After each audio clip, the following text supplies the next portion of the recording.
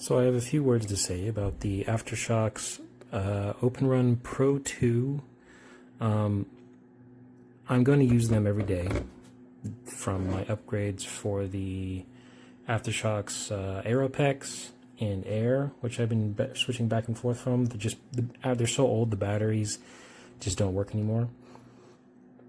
Especially the Airs, they're falling apart. I've had them for nearly 5 years, so it's about time. The biggest problem just so far has been they're so quiet, and that's for I assume it's because of this the speaker grill right there. That's an actual speaker, and they have another bone conduction driver. I personally do not like that at all. You'll see the pad is gone on this pair, and it's just the bone conduction driver. That's what gave you all of the audio. Now this is a split signal. More forms of failure. You can see right through to the speaker through that grill. I'm really questioning the water resistance, the dust resistance, all of the IP65 claims if you're going to have an open speaker grill compared to a closed system with seals around it. I have been using SHOKZ for nearly 5 years, just in general. This was my first pair.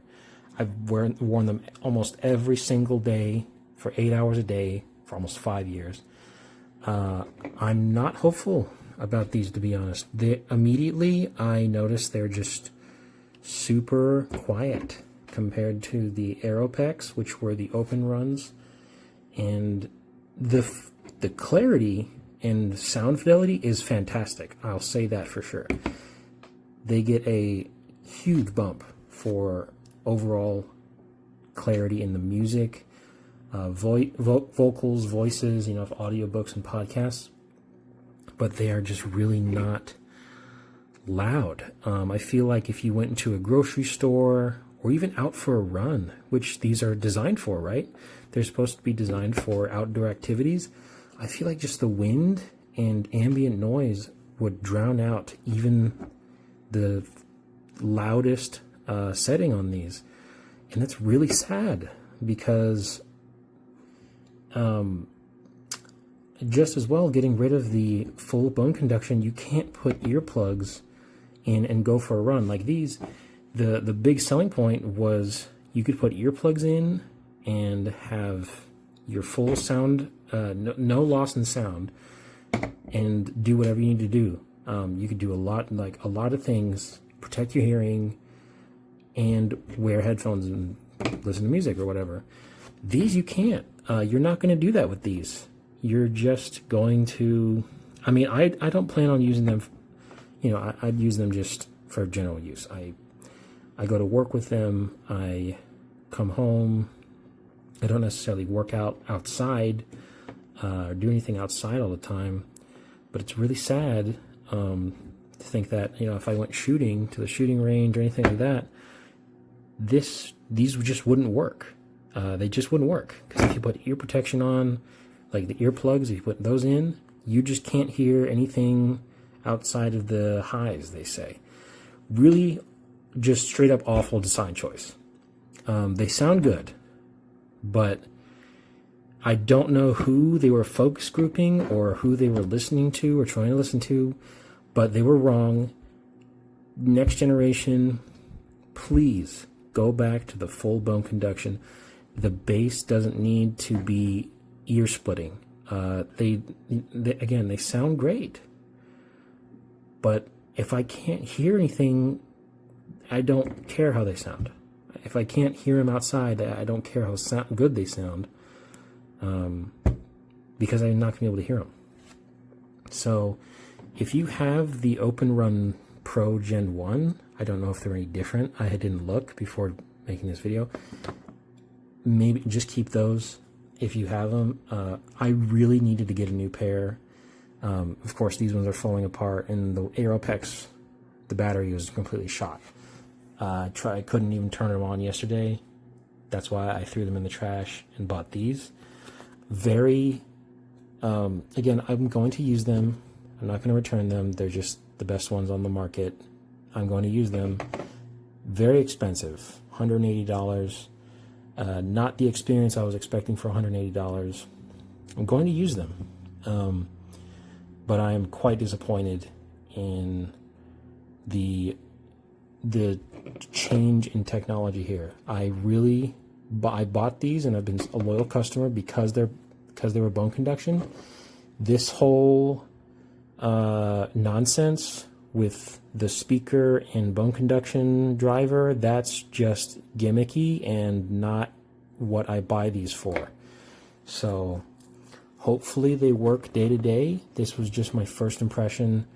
I hope they are good day to day and don't, and I hope they perform well day to day, but I had to turn up my phone all the way to get to a comfortable, almost on the comfortable noise volume, listening to music. I can go a little further with software, but I shouldn't have to do that. When in Samsung Android, as soon as you turn it up to that point where it says, turn down your headphones, that's where it should start to get uncomfortable. It is not this at all.